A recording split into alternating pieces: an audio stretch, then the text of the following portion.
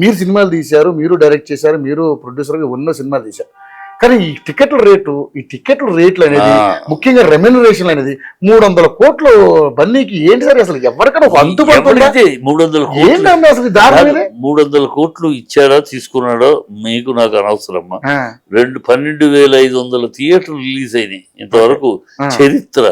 ఆ షారూక్ ఖానే 5,000 థియేటర్లు, 12,500 థియేటర్లు అతని సినిమా రిలీజ్ అయింది.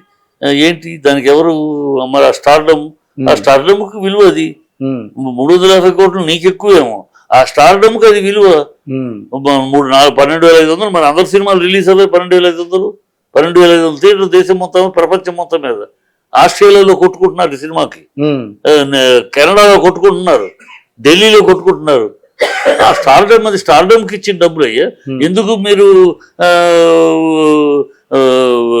లిటిల్ సోప్కి ఎక్కువ డబ్బు ఇస్తున్నారు? లైఫ్ బాయ్ సోపు అనొచ్చుగా. లిటిల్ దాని క్వాలిటీ దాని స్టాండర్డ్ అందుకని దానికి రూపాయి ఎక్కువ ఇచ్చుకుంటారు. ఇది ఆయన స్టార్డమ్ బట్టి ఇస్తున్నారు. లేకపోతే నువ్వు నేను అడిగితే ఇస్తారా? స్టార్డమ్ అది ఏదో 350 తీసుకుంటాడు, 350 500 తీసుకుంటాడు. తన స్టార్డమ్ పెరుగుతున్న కొద్దీ ఎవరిస్తాడు? ప్రొడ్యూసర్లు వస్తేనే ఇస్తాడు, వస్తుంది అంటేనే ఇస్తాడు, రాకుండా ఎవడు కదా. రాకపోతే అదే హీరో దగ్గర తిరిగి తీసుకుంటారు కూడా, చాలా సందర్భాలు కూడా ఉన్నాయి. ఇక్కడ ఏంటంటే ఒక్కటే, ఇక్కడ అతను ఎందుకు సంపాదించి అతను తీసుకుని దాన్ని మనం అడగటం అనవసరం. ఎంత తీసుకున్నాడు అతను, సినిమాకి ఎంత కష్టపడ్డాడు, సినిమాకి ఎంత శ్రమ పడ్డాడు, అది చూసుకోవాలి. ఆ సినిమా చూస్తూ ఉంటే అతను శ్రమ పడింది, కష్టపడింది, ఎంత ఒళ్ళు విరుచుకుని ఒళ్ళు హోనం చేసుకుని ఆ జాతర పాట కానీ ఊరినే గ్రాఫిక్స్ కాదు కదా, ఒరిజినల్ అది ఎంత ఒళ్ళు హోనం చేసుకుని అవన్నీ చేశాడు కనుక అతని క్రెడిబిలిటీ అది. సో ఇప్పుడు మరి రేవంత్ రెడ్డి గారు టికెట్ రేట్స్ మొత్తం కూడా చాలా తగ్గించేస్తామని మాట్లాడుతున్నారు. ఇప్పుడు 5 సంవత్సరాల ఇప్పుడు మాట్లాడుతున్నాడు, చేతులు కల్లాక ఆకులు పట్టుకున్నాడు. ఏమన్నా ఇదే రేట్లు పెంచొద్దండి, ఇదే మీరు బెనిఫిట్ షోలు ఇవ్వద్దండి, ఇదే ప్రీమియర్ షోలు ఇవ్వద్దండి అని మా ఫ్రెండ్స్ విన్నపం ఇస్తే ఈ ప్రభుత్వానికి లెక్క చేసింది ప్రభుత్వం. ఈ సినిమాకి ఇంక ఈ ప్రభుత్వం ఈ సినిమాకే వద్దు, ఇది దందా అడిగాం. ఈ దందా ఇది, ఈ బ్లాక్ టికెట్లు బ్లాక్ లో టికెట్ అమ్మితే వాళ్ళు జైలు పెడతారు.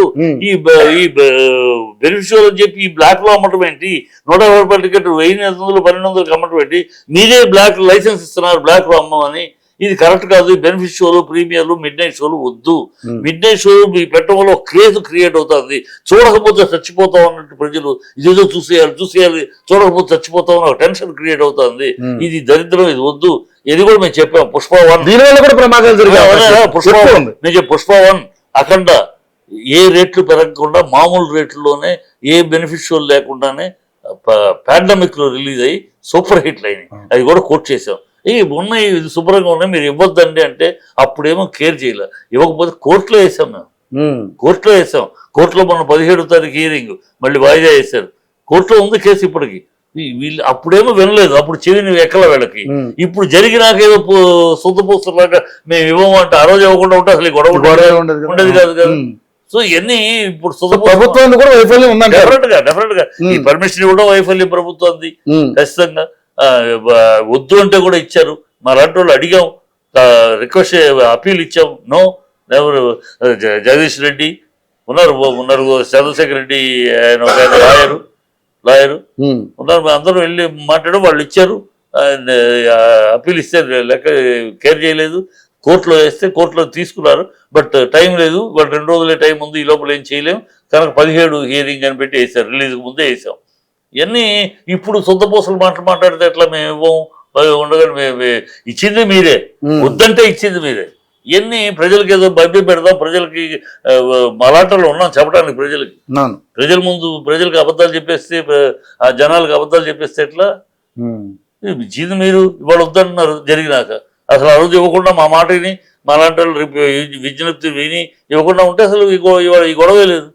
సో ముఖ్యంగా మీరు ఆంధ్ర తెలంగాణ ఫీలింగ్ తీసుకొస్తున్నారు. ఇది కేవలం చంద్రబాబు నాయుడు కనుసలలో నడుస్తుంది అంతా. చంద్రబాబు నాయుడు ఆడించినట్టల్లా ఈయన ఆడుతున్నాడు అని చెప్పేసి మాట్లాడుతున్నారు. తెలంగాణ సినిమా ఇండస్ట్రీని, ఆంధ్రప్రదేశ్ సినిమా ఇండస్ట్రీని విడగొట్టి అక్కడ పంపించాలని చూస్తున్నారు. కుట్ర జరుగుతుంది. ఈ రేవంత్ రెడ్డి మైండ్ లో కుట్ర జరుగుతుందని నా ఉద్దేశం. ఎందుకంటే ఈయన ఆంధ్ర తెలంగాణ కలిసిపోయారు సినిమా వీళ్ళు శుభ్రంగా. కానీ ఈయన విడగొట్టాలని చూస్తున్నాడు. తెలంగాణ ఆంధ్రాని విడగొట్టి సినిమా ఫీల్డ్ రెండుగా చేయాలి అని ఆంధ్ర వాళ్ళని టార్గెట్ చేసి నాగార్జున, జానీ మాస్టరు, ఇప్పుడు ఈరామ్, మోహన్ బాబు ఆంధ్ర వాళ్ళని టార్గెట్ చేస్తూ ఆంధ్ర వాళ్ళని ఇసుకు తెప్పి టార్గెట్ చేయాల్సిన ఎవరు టార్గెట్ చేసుకున్నారు అది కూడా ఉంది. వెనకాల కారణం ఉంది. ప్రెస్ వాళ్ళు అంత చొచ్చుకు రావటం ఇవన్నీ ఉన్నాయిలే కానీ అవన్నీ తర్వాత వస్తాయి బయటికి. అంటే చెప్తున్నా ఇవన్నీ ఒకళ్ళ తర్వాత ఒకళ్ళు తెలుగు ఆంధ్ర వాళ్ళని సినిమా వాళ్ళని అందుట్లో పర్టికులర్ ఆంధ్ర వాళ్ళని టార్గెట్ చేస్తాం వల్ల అంటే చంద్రబాబు ఏమో ఇండస్ట్రీని అక్కడ తీసుకెళ్లాలని ప్రయత్నిస్తున్నాడు. కానీ ఇక్కడ ఉన్న ఇండస్ట్రీ ఎవరు వచ్చే పరిస్థితులు లేరు, సెటిల్ అయిపోయారు. మళ్ళీ మొన్నే మెడ్రాస్ నుంచి ఇక్కడికి వచ్చి ఇప్పుడు సెటిల్ అయ్యాం. మళ్ళీ ఇప్పుడు ఇక్కడ నుంచి మొత్తం ఖాళీ చేసుకుని వెళ్ళాలంటే కష్టం. సో అక్కడ ఏర్పడితే కొత్త ఇండస్ట్రీ ఏర్పడిన ఉండి ఇక్కడ నుంచి ఎవరు రావడం కుదరదు అనేది తేలిపోయింది. సో అలా అయితే మీరు మామూలుగా అయితే కాదు మాట్లాడరు, మిమ్మల్ని ఏదో ఎక్కడ కొట్టాలో అక్కడ కొడితే మీకే చిరాకు దుబ్బి వెళ్ళిపోతారు.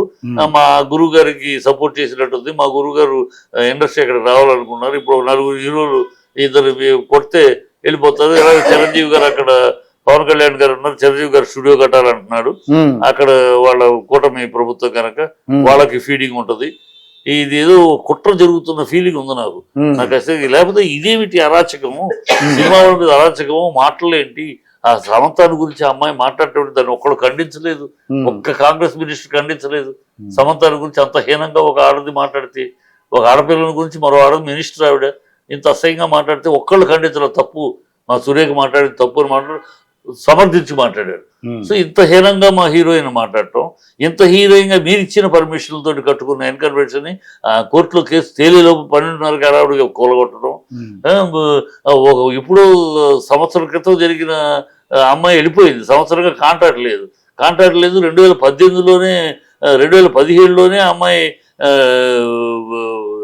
జోడీ డీలో యాక్ట్ చేసింది. అంటే జోడీ డీలో యాక్ట్ చేస్తే 18 ఏళ్ళు ఉండాలి. సో 2017లోనే 18 ఏళ్ళనే అమ్మాయి కమిట్ అయింది, చేసింది.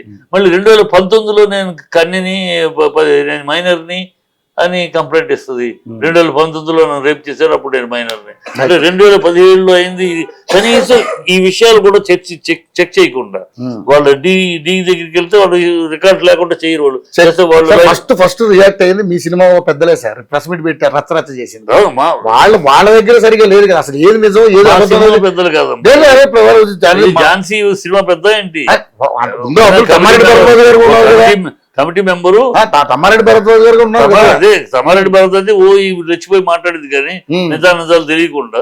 ఇప్పుడు అతను ఈ చర్చించకుండా పోలీస్ డిపార్ట్మెంట్ అనేది పోలీస్ బాధ్యత. నీ కేసు వచ్చింది, కేసు వస్తే ఆ అమ్మాయి 2019లో 17 ఏళ్ళు ఉంది. మరి 2017లోనే D2లో చేసింది కదా, అప్పుడు ఎంత ఏజీ? D2లో రూల్ అది 18 సంవత్సరాలు మించి అంటే 2017లో చేసిందంటే 18 ఏళ్ళు అయినట్టే కదా. ఫ్రాడ్ అంటే అక్కడ ఇచ్చిన బర్త్ డేట్ అన్నది తప్పై ఉండాలి, వాళ్ళని మోసం చేసి ఉండాలి, లేదా ఇక్కడైనా మోసం. ఈ తేలారుగా తేల్చకుండా పోక్సో వేసారు. ఇవన్నీ జాతీయ అవార్డు కూడా జాతీయ అవార్డు వెనకెళ్ళలేదు, సస్పెన్స్ అయినా అసలు అంటే ఇలా అనాలోచితంగా ఏమో ముందు టపటపని వెళ్ళి తీసేసి అరెస్ట్ చేయటం, టపటపని కూల్చేయటం, టపటపని అల్లు అర్జున్ అరెస్ట్ చేయటం, టపటపని అమ్మాయి మీద ఇష్టం వచ్చారు మాట్లాడేయటం.